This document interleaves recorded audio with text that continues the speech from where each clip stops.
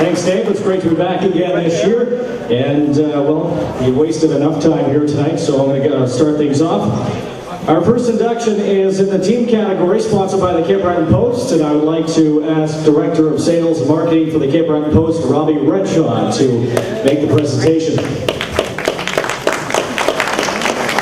Our inductee into the team category, the Cape Breton Colonels.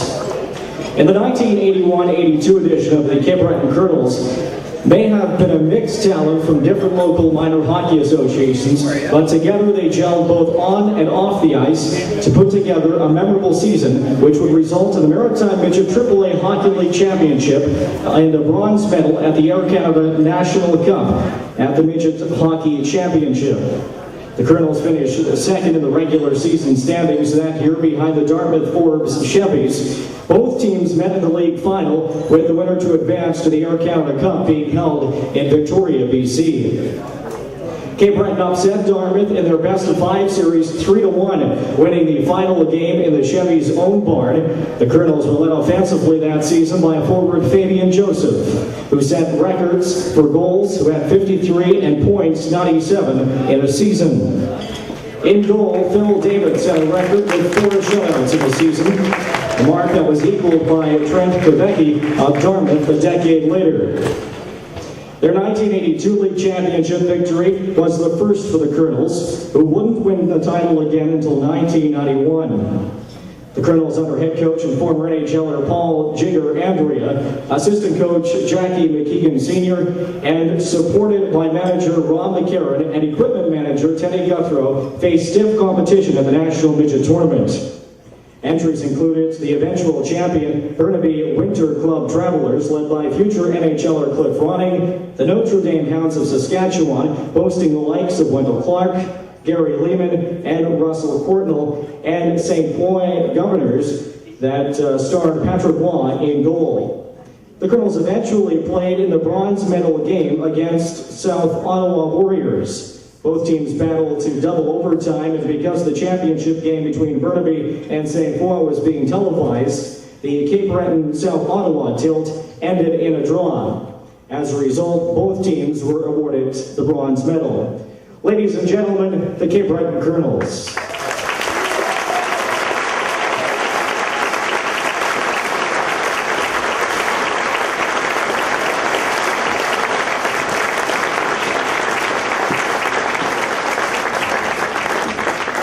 The team can come up as well, guys. Especially if Donnie's here and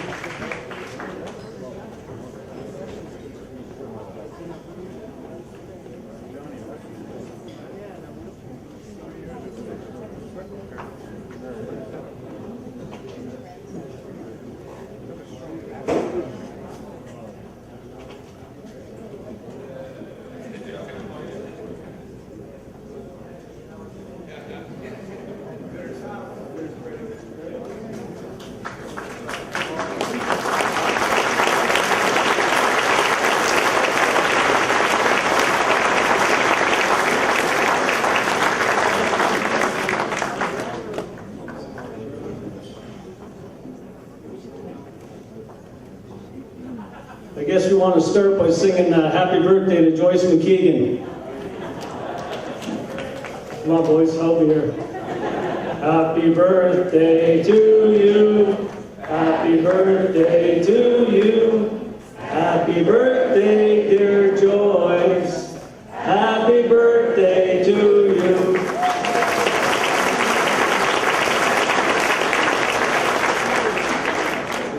I guess as a team captain, I get to speak on behalf of the players and coaches and management, but first of all, I'd like to welcome a special guest here. Came down from Antigonish today. He's dear of our hearts, and he's a great family friend and a great supporter of ours.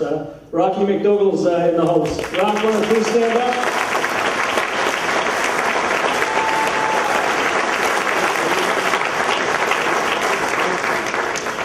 I'd also like to congratulate the other inductees tonight: Naish Batten, John Ramsey, Lauren Jennings, Jim Rico McCachran.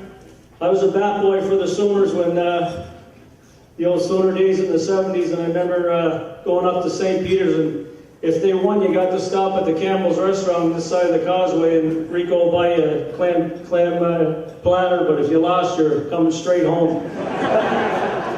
I also played for Rico with the White Sox, and I remember Susan, his wife.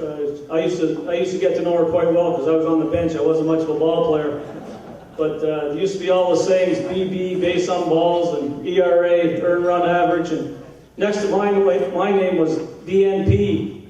I said, "What's that DNP for next to my name?" She said, "Did not play." I'd also like to congratulate Eric McRae. He's going to get my brother Alan's award tonight. And all I can say that the Alley Cat will be pretty happy with the way the Red Wings are playing right now.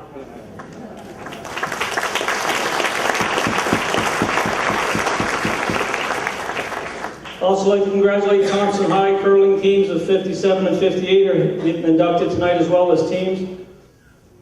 I guess the reason why we're here, we accomplished something real special. And they talked about some of the other players that were in that tournament: Russ Cordnell, Cliff Ronning, Wendell Clark, Patrick Waugh. Philip David actually got the All-Star goaltender of that tournament over Patrick Waugh.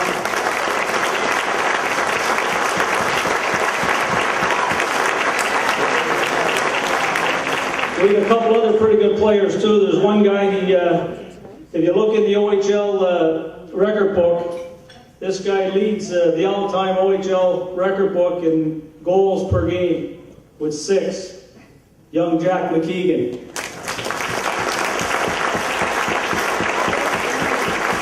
Jack was always also one of those rare guys that scored over 50 goals in both the WHL and the OHL. So if you got him the puck, it was going in the net. Also, John Mark McKenzie scored 49 for Sault Ste. Marie one year. He actually had a penalty shot to get his 50th, but he missed on that one. I have a young fellow playing now, 10 years old. He's in Halifax, and they won their semifinal game tonight, and they're playing tomorrow for the gold medal game. And a lot of times we talk to the kids about life skills, and we talk in banquets, we talk about life skills and what sport's supposed to teach you. And I think if you look at a team that use sport to develop life skills, you'll be right here on the stage with this Cape Breton Colonels team. If you could ask Roger Cousin to get a government grant and rent a plane and throw all these guys on a plane, they could go to a remote area anywhere in the country and start a community. And just to let you know what these guys are doing now. I mean, we accomplished something real big in Victoria in 1982, but we have one CEO, president of a company, one dentist, one mortgage specialist, 4 engineers, 3 chartered accountants, one with the Department of Highways, 1 municipal worker, 1 manager of a car dealership, 1 manager of a construction company who's now in charge of special projects, 1 marketing executive, 1 university professor. He's with the corrections and psychology. We have 1 supervisor of the courthouse. And the way I look at it, if you're going to go to a community and start new, you better have a rink and a sports shop. So I'm going to run the hockey team, and Donnie Leslie's going to run the sports shop.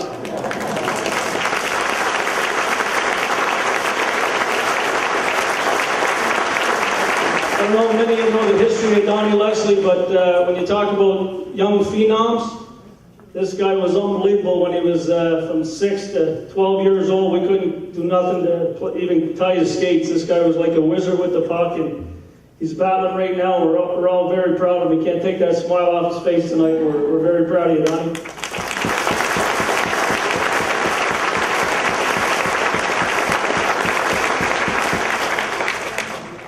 Second to last, I'd like to all our families to please stand up. You don't go through playing minor hockey without sacrificing a lot. If all our families that are here tonight, and wives and spouses, if they could please stand up. Mothers, fathers, brothers, sisters, please stand.